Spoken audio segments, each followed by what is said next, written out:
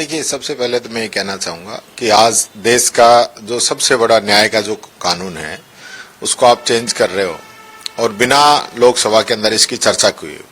और ये पहला कानून नहीं है, लगभग 17-18 कानून इन्होंने एक ही दिन के अंदर पास किए थे। पहले भी, इससे पहले ड्राइवरों का जो कानून था उसका विरोध हुआ, फिर इन लोगों ने वापस लिया। कृषि कानून इन्होंने पास किए, फिर वापस हुए। इसी प्रकार से लेबर कोड भी ये लेकर आ रहे थे, उनका विरोध हुआ और उसको जारी नहीं कर पाए, और आज ये कानून इन्होंने जारी किए हैं। मैं ये कहना चाहूंगा, प्रॉपर रूप से एक बार चर्चा होती, सब लोगों की इसके अंदर राय आती और उसके बाद आप जारी करते। और मैं समझता हूं काफी चीजें तो ऐसी है कि जैसे जो पहले भारतीय दंड संहिता थी, अब भारतीय न्याय संहिता कर दिया। तो ये एक सिर्फ नाम बदलने से या धारा, पहले कोई केस 420 में था, मान लो वो 320 में हो गया था, उससे कोई फर्क पड़ने वाला नहीं है। मैं समझता हूं कि जो गहराई से इस पूरे जो कानून है इसकी समीक्षा होनी चाहिए और पूरे देश के लोगों को भी समझ में आना चाहिए। पहले ट्रायल बेस पे भी चले, जनता को जानकारी भी हो कि क्या कानून है, क्या इसके अंदर सजा है और किस प्रकार का लोगों को इस चीज का फायदा मिलेगा। मैं ये भी कहना चाहूंगा, नए कानून लेके आ रहे हैं, अच्छी बात है, लेकिन इससे पहले जो पुराने कानून के तहत जो पेंडेंसी लगातार बढ़ती जा रही है, उस दिशा में आपने क्या प्रयास किए हैं लगातार? क्योंकि कोर्ट के अंदर जो केसों की संख्या लगातार बढ़ी है बजाय कि घटने के, तो आप उस दिशा में भी सार्थक प्रयास करते, नए जजेस के पद क्रिएट होते, नए लोगों को भर्ती मिलती और केस की कोई प्लानिंग के तहत उनकी कंप्लाइंस होती और वो केस रिजल्ट तक पहुंच पाते। आज ये बड़ी बात है कि देश के अंदर जो है न्याय है वो त्वरित मिलना चाहिए। पुलिस राज की बात लागू ही कर रखा है इन लोगों ने। तो देखिए, अभी इससे पहले ईडी, इनकम टैक्स, सीबीआई को जिस प्रकार से इन लोगों ने दुरुपयोग किया था, और अब पुलिस का भी दुरुपयोग कर ही रहे हैं, राजस्थान में ही कर रहे हैं। खुद मैं इस चीज का गवाह हूं, मेरे हाथ में फ्रैक्चर है। मैं कोटा गया, कहीं भी मैं भाषण देने के बाद में सर्किट हाउस के अंदर आके बैठ गया, उसके बावजूद भी मेरे पे तो मुकदमा दर्ज किया ही है, लेकिन और साथियों पे भी, क्योंकि नीट का विरोध कर रहे हैं, किसान की बिजली नहीं आ रही उसका विरोध कर रहे हैं, पानी नहीं मिल रहा उसका विरोध कर रहे हैं, तो फिर जनप्रतिनिधि विरोध करना ही छोड़ दें।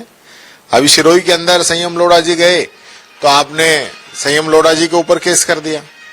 पब्लिक जाती है, पब्लिक पे केस कर देते हो। विपक्ष को हमेशा दबाने का आप लोग काम करते हो, ढूंढते रहते हैं किसको किस प्रकार से किसी न किसी साजिश के तहत विपक्षी लोगों को फंसाया जाए, उनको परेशान किया जाए। तो ये आज देश के अंदर जो राज चल रहा है वो मैं समझता हूं संविधान का राज नहीं है, लोकतंत्र का राज नहीं है, तानाशाही, हिटलरशाही देश के अंदर चल रही है और इस चीज का खामियाजा इन लोगों को भुगतना पड़ा है। 400 पार की बात कर रहे थे, 200 से ऊपर आके अटक गए। तो भविष्य में अगर इस प्रकार का इनका यही रवैया रहा तो जनता इनको सुधारने में देर नहीं लगाएगी। सर, विधानसभा का सत्र, कुछ कांग्रेस की ओर से तैयारियां, विधायक दल की बैठक भी आपकी हो रही है क्या? बहुत ही जल्दी हम विधायक दल की बैठक भी बुला रहे हैं और तैयारियां हमारी पूरी है। हमारे सभी विधायक बड़ी मजबूती के साथ, पिछली बार भी सदन चला था, बीजेपी की सरकार को दिन में तारे हम लोगों ने दिखाए थे, और अब की बार भी हमारे पास इतना मटेरियल है, क्योंकि ये सरकार जिस प्रकार से काम कर रही है वो जनविरोधी काम है। इनका जो एजेंडा था, इनका जो घोषणा पत्र है, उस पर कोई वर्क नहीं हुआ है। पिछले 7 महीनों की अगर हम बात करें तो सरकार लगातार समीक्षा करती आ रही है। कभी जिलों की समीक्षा करेंगे, कभी कॉलेज की समीक्षा करेंगे, कभी इंग्लिश मीडियम स्कूल की समीक्षा करेंगे, कभी पट्टों की समीक्षा करेंगे, कभी गहलोत जी की पुरानी योजनाओं की समीक्षा करेंगे। खुद का विजन अभी तक नहीं लेके आए हैं। हम पूछेंगे, आपने 100 दिन की कार्य योजना बनाई थी, उसका क्या हुआ? हम पूछेंगे, जो आपका घोषणा पत्र है, जो जनता से वादे किए थे, उसका क्या हुआ? कल ही मुख्यमंत्री जी ने किसान सम्मान निधि की किस्त जारी की है।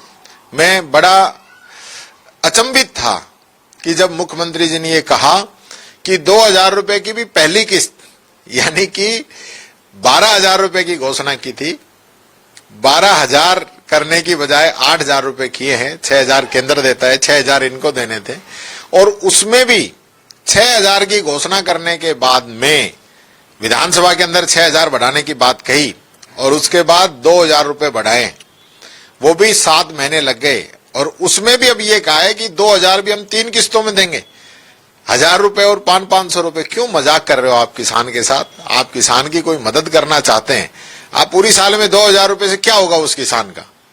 आप जरा सोचिए तो सही। आप खुद की तरफ देखिए, खुद के घर की तरफ देखिए। हम अपने घर में अगर कोई ये कहे कि मैं तुम्हारी 2,000 रुपए की मदद करता हूं और वो भी 3 टुकड़ों में करता हूं, तो किस प्रकार से आप अपना घर चलाएंगे? तो किसान का मजाक उड़ाने के अलावा कुछ भी नहीं है। इससे ज्यादा तो व्यवस्था अशोक गहलोत जी सरकार ने की थी। हम सभी को, जिसके अंदर किसान भी था और आम व्यक्ति भी था, जो भी गरीब है, उसको लगभग 88 लाख लोगों को राजस्थान के अंदर हमने पेंशन दी थी। 500 रुपए पेंशन मिलती थी, उसके अंदर सहूलियत की। और उस समय मैं समझता हूं 20-25 लाख लोग जुड़े हुए थे, जिसको हमने बढ़ा के लगभग 94 लाख लोगों तक हम लेके गए और उस चीज का फायदा मिलता था। गांव में, घर में अगर बुजुर्ग हैं, मियाँ बीवी दोनों हैं, तो 1000 के हिसाब से 2000 रुपए महीना मिलता था और 12 महीने के 24,000 रुपए उस परिवार को मिलते थे। अगर और भी परिवार के अंदर सदस्य है, विडो है, 1500 रुपए थी। अन्य कई प्रकार की योजनाएं, उसको किट देते थे हम, जिसके अंदर तेल, दाल, मसाले देते थे, ताकि उस परिवार का जीवन यापन अच्छे से हो सके। आपने उस चीज को भी बंद कर दिया। हम चिरंजीवी का इलाज देते थे, आपने वो इलाज को भी बंद कर दिया। आज क्या हालत हो रही है हॉस्पिटल्स के अंदर, गरीब जनता की बेचारी परेशान हो रही है। आपका भामाशाह, आपकी योजनाएं सब फेल हो रही है, कोई लेना देना नहीं है धरातल पे इन सारी चीजों को लेके।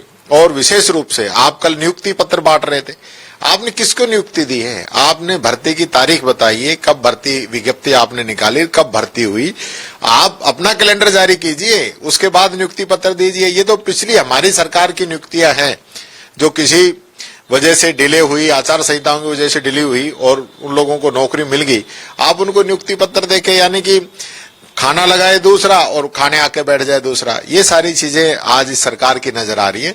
खुद का काम कीजिए, आपको जनता ने मौका दिया है, हम मदद करेंगे आपकी। मैंने पहले दिन भी कहा था, अगर ये सरकार अच्छा काम करेगी तो हमारा पूरा सहयोग इस सरकार के साथ रहेगा, लेकिन हिटलरशाही, तानाशाही करेगी तो इस सरकार को दिन में तारे भी हम दिखाएंगे। सर, विपक्ष मुद्दे क्या कुछ रहेंगे विधानसभा में? देखिए, पहला मुद्दा तो नीट का रहेगा, क्योंकि इन लोगों ने बहुत पेपर लीक की बात कही थी, तो उसका जवाब इनको देना पड़ेगा। चर्चा करवाएंगे कि किस प्रकार की नीति इन लोगों की है, पेपर लीक के खिलाफ क्या ये काम करना चाहते हैं। डबल इंजन की सरकार है, डबल इंजन की सरकार में भ्रष्टाचार डबल हो, पेपर लीक डबल हो, ये सोच के जनता ने वोट नहीं दिए। जनता चाहती है कि पेपर लीक से मुक्ति मिले, इस पे इनको जवाब देना पड़ेगा।